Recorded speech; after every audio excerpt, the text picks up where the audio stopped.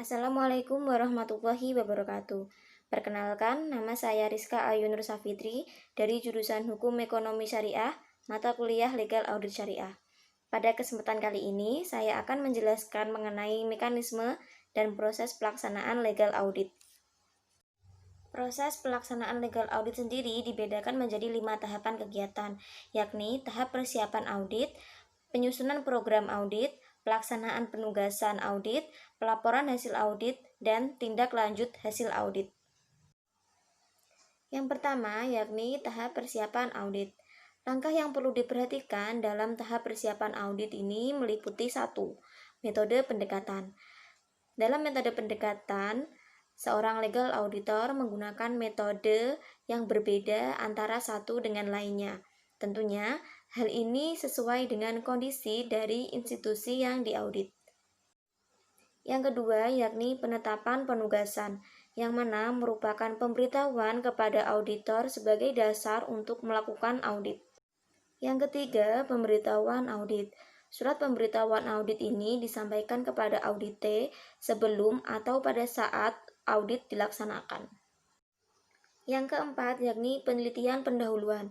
Penelitian pendahuluan dimaksudkan untuk mengenal dan memahami setiap kegiatan dan fungsi dari audite secara umum, supaya proses audit dapat difokuskan pada hal-hal yang strategis. Tahap kedua dari legal audit yakni penyusunan program audit. Untuk legal audit sendiri, program disusun berdasarkan kronologis yuridis atau alasan mengapa dilakukannya legal audit.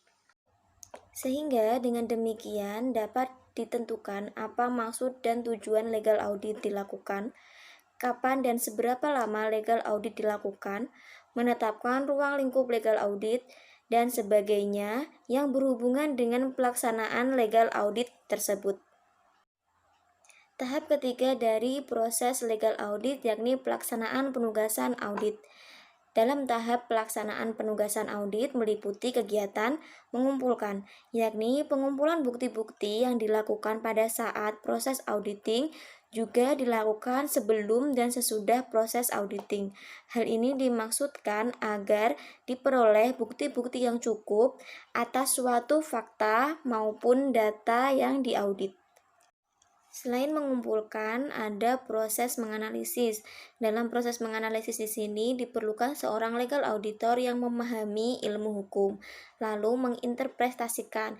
Interpretasi di sini disesuaikan dengan asas-asas hukum yang berlaku, juga relevan dengan materi auditing. Selanjutnya, mendokumentasikan.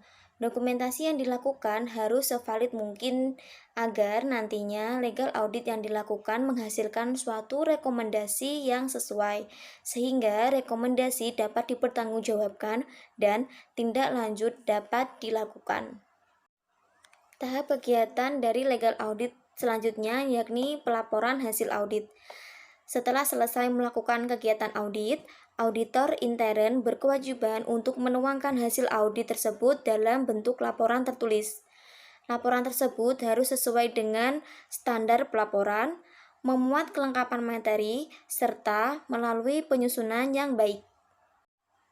Tahap terakhir dari legal audit yakni tindak lanjut hasil audit.